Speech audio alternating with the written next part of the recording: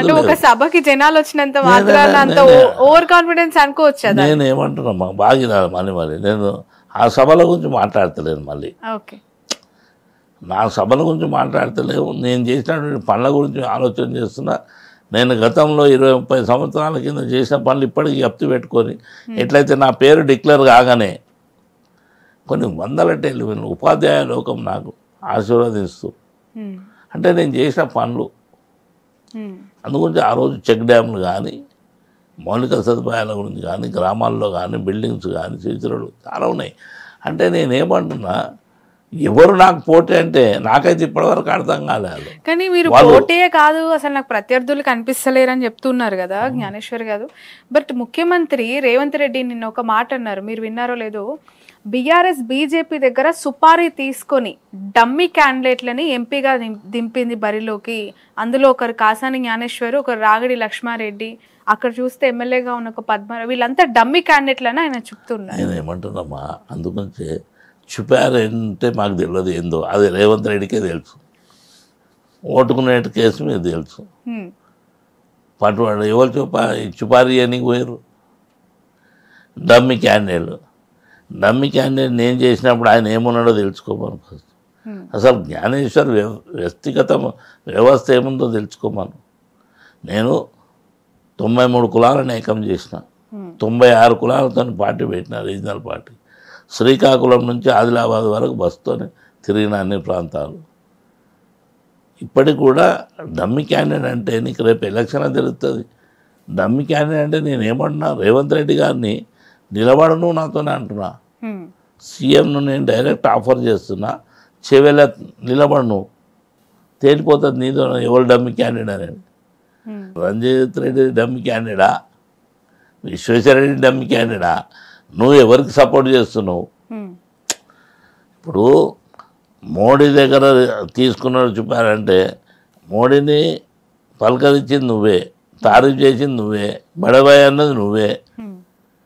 ఆయనకు సపోర్ట్ చేయడానికి Ranjith Reddy dummy candidate పెట్టినావా? నిజంగా చెప్పండి, బీజేపీతో లోపాయికారే ఒప్పందం బీఆర్ఎస్ పెట్టుకోలేదంటారు. అవసరం ఏముంది తల్లి, అవసరం ఏముంది? పార్టీ అధికారం కోల్పోయింది, అవసరాలు లేదు. రాష్ట్రంలో ఎట్లా కాంగ్రెస్ తో జతగట్టలేదు, మిగిలింది కేంద్రంలో ఉంది బీజేపీ. మోదీని తిట్టినా ఇక్కడ లోపాయికార ఒప్పందంలో భాగంగా చూడబోతే నిజంగానే క్యాండిడేట్లను డమ్మీలను పెట్టిరని చెప్పి వాళ్ళ కార్యకర్తలు ఇప్పుడు పసుకలు ఉన్న కళ్ళకి ఎప్పుడు పచ్చగా కనబడుతుంది. ఓకే, రేవంత్ రెడ్డి గారు పచ్చ మనిషి అంటారు కాదమ్మ. మరి నువ్వు ఏం మాట్లాడుతున్నావు? ఇప్పుడు ఎప్పుడు జనము గెలిచినోడే ఉన్నాడు ఆ ప్రపంచంలో, ఓడినోళ్ళు కూడా ఉన్నారు. బీజేపీకి 2 ఎంపీలు ఉండే, మన దగ్గరికి ఒకే ఒక ఎంపీ, ఇంకో దగ్గరికి ఒక ఎంపీ. మరి అలా రూలింగ్ ఎట్లా చేస్తారమ్మా? వాళ్ళు అట్లా అనుకుంటే బీజేపీ ఉండదు కదా. మరి చెప్తాలి, 400 సీట్లు వచ్చినటువంటి రాజీవ్ గాంధీ ఇప్పుడు ఏమైందమ్మా? ఎందుకు తక్కువ ఉన్నాయి? ఎక్కడ ఎస్టాబ్లిష్మెంట్ లేకుండా ఉన్నారు. నేనేమంటున్నా, ఇవి కాలం చెప్తుంది.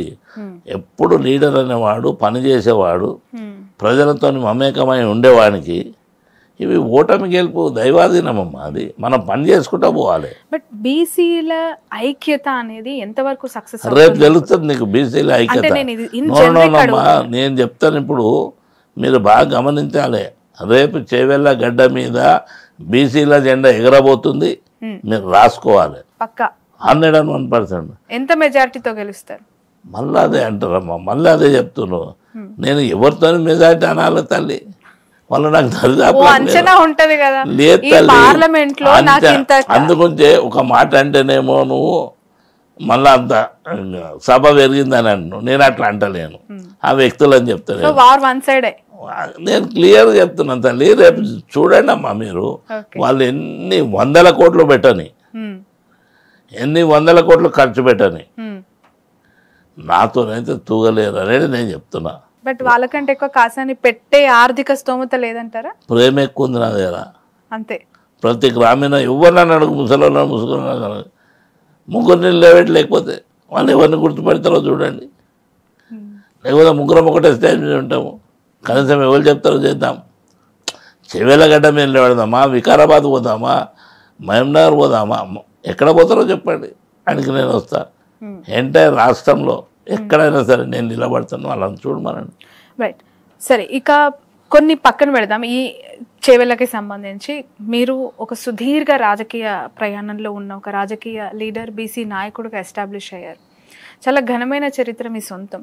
టీడీపీ నుంచి బయటకు వచ్చిన తర్వాత మీది చెప్పుకోదగ్గ స్థాయిలో రాజకీయ జీవితం కొనసాగట్లేదు అనటానికి ఏం సమాధానం ఇస్తారు? అమ్మా అది తప్పు. మళ్ళా నేను అదే చెప్తున్నా, మళ్ళీ లీడర్ అనేవాడు గెలవగానే అంటే ఒడిదుడుకులు ఎదుర్కొంటున్నారా? తప్పకుండా తల్లి. ఎందుకు ఇప్పుడు తెలుగుదేశం ఉన్నది, తెలుగుదేశంలో చంద్రబాబు నాయుడు గారి దగ్గర నేను 5 సంవత్సరాలు పనిచేసిన.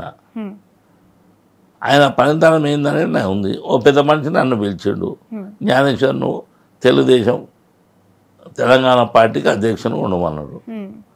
నేను పనిచేసినప్పుడు తెలుగుదేశం అనేది ఏంది బేస్మెంట్ లోపల ఉన్నప్పుడు పరిస్థితి. మరి నేను ఎప్పుడైతే అందులోకి వచ్చినాక ఏ పరిస్థితి ఉన్నది? మరి అంత స్థాయికి తీసుకొచ్చిన వ్యక్తి సడన్ గా ఎందుకు బయటికి రావాలి? సడన్గా మేమేందంటే ఎప్పుడైతే వాళ్ళు క్యాండిడేట్లను నిలబెట్టకపోతే ఎలక్షన్ అంటే ఏంటి అమ్మా, అభ్యర్థులను నిలబెట్టాలి, క్యాండిడేట్లను నిలబెట్టొద్దు అన్నారు కనుక మేము అందులో ఉండేది కరెక్ట్ కాదనుకున్నాం. బట్ ఎప్పుడు చంద్రబాబు నాయుడు గారు జాతీయ అధ్యక్షుడు, టీడీపీ జాతీయ పార్టీ అంటుంటారు కదా, బట్ తెలంగాణలో అలాంటి జాతీయ పార్టీ ఎందుకు లేదు, పూర్తి ఎందుకు తుడిచిపెట్టుకుపోయింది అనుకుంటున్నారు మీరు? ఎందుకు ఆయన ఫోకస్ చేయలేకపోయారు ఇక్కడ? ఎవరిని అంటే చంద్రబాబు నాయుడు గారు టీడీపీకి సంబంధించి ఫోకస్ ఏముందమ్మా, నేను బ్రహ్మాండంగా తీసుకొచ్చిన. మీరు వచ్చారు, ఆ వ్యక్తి అమ్మా ఇక్కడ అభద్రతా భావం వాళ్ళకు.